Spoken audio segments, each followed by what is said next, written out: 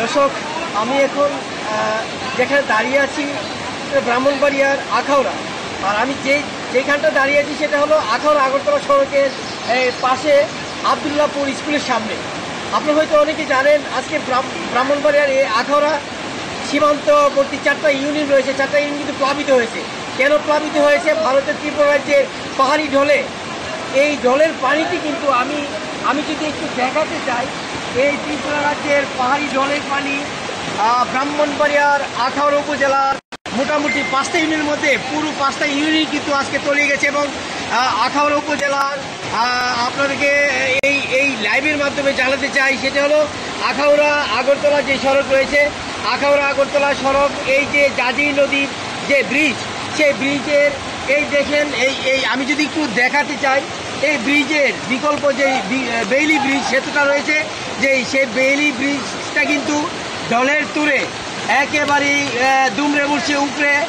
এই আখাউড়া আগরতলা সড়ক বিচ্ছিন্ন হয়ে যান চলাচল, আখাউড়া আগরতলার যে স্থলবন্দরে যে আমদানি রপ্তানি বাণিজ্য সকাল থেকে কিন্তু বন্ধ রয়েছে।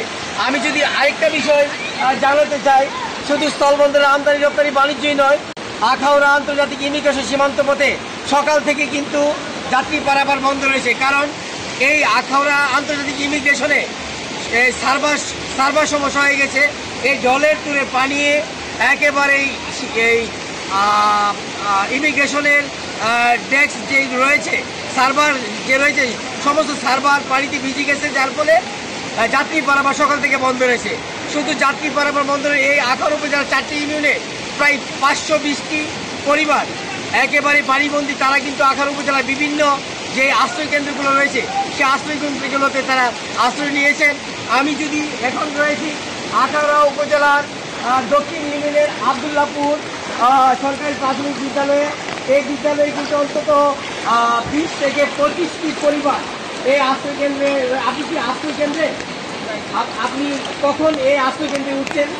আমরা আজ সকালে দেখছি আমাদের বাড়িঘর নিয়ে যেতেছে, ওই সময় আমরা সব কিছু রাখা যার বাচ্চা কাচ্চা নিয়ে করোনার কাপড় কিন্তু আমরা জীবন বাঁচাই এখানে আশ্রয় কেন্দ্রের মধ্যে আসি। আশ্রয় কেন্দ্রে কী ধরনের সুবিধা পেয়েছেন আপনি? সুবিধা বলতে আমাদের মেম্বার চেয়ারম্যান এসে দেখে গেছে, সাংবাদিক ভাইয়েরা আসতেছে, খোঁজখবর নিতেছে। এখনো তো আর কিছু হচ্ছে না, দেখা যাক বাকি তারা কি করে। আপনারা খাওয়া দাওয়া কি করছেন? এই পর্যন্ত সকাল থেকে আপনারা আশ্রয় কেন্দ্রে খাওয়া দাওয়া কি করেছেন? আমরা খাওয়া দাওয়া দুপুরবেলা একজন মেম্বার নাকি উনি, আমরা জানি না, আমরা দেখি কিছু খাবার দিয়ে গেছি, তাও আমরা খাইছি। এর ভিতরে আর কোনো কিছু খাওয়ার কোনো ব্যবস্থা হয়নি। হ্যাঁ, আপনাকে একটা বিষয় জানিয়ে রাখতে চাই, সকাল থেকে কিন্তু এই ধরনের আশ্রয় কেন্দ্রগুলোতে বিভিন্ন বানবাসী মানুষগুলো তারা আশ্রয় নিয়েছে, কিন্তু প্রশাসনের পক্ষ থেকে তাদেরকে কোনো ধরনের কোনো সহযোগিতা করছে না বলে তারা কিন্তু অভিযোগ করেন। আমি একটি বিষয় জানিয়ে রাখতে চাই, আখাউড়া উপজেলার দক্ষিণ ইউনিয়নের কালিকাপুর গ্রাম, সেই কালিকাপুর গ্রামের পাহাড়ি জলের তুরে একজন গর্ভবতী মা পানিতে ভেসে এসে কিন্তু নিহত হয়। এই ধরনের একটা ঘটনা কিন্তু মর্মান্তিক ঘটনা ঘটেছে। আমি এখন যে জায়গাটি দাঁড়িয়েছি সেগুলো আখাউড়া আগরতলা সড়কের পাশে।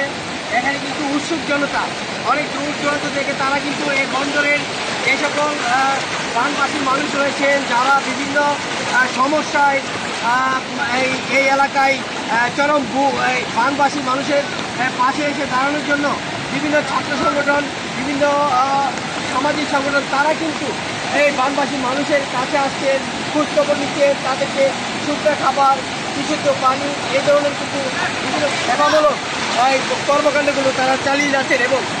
এবং আমি আরেকটি বিষয় জানি, এই যে এই দেখছেন, এটা হলো আখাউড়া আগরতলা সড়ক। এই ব্রিজের পাশে এই বেইলি ব্রিজ ভাঙ্গার কারণে কিন্তু আখাউড়া স্থলবন্দরের আমদানি রপ্তানি বাণিজ্য এবং ইমিগ্রেশনের যে যাত্রী পারাপার বন্ধ রয়েছে। এবং কখন নাগাদ এই পরিস্থিতি স্বাভাবিক হয় তা কিন্তু বলা যাচ্ছে না, কারণ যদি বৃষ্টি বাড়ে তাহলে কিন্তু মানুষের দুর্ভোগ আরও শেষ হবে।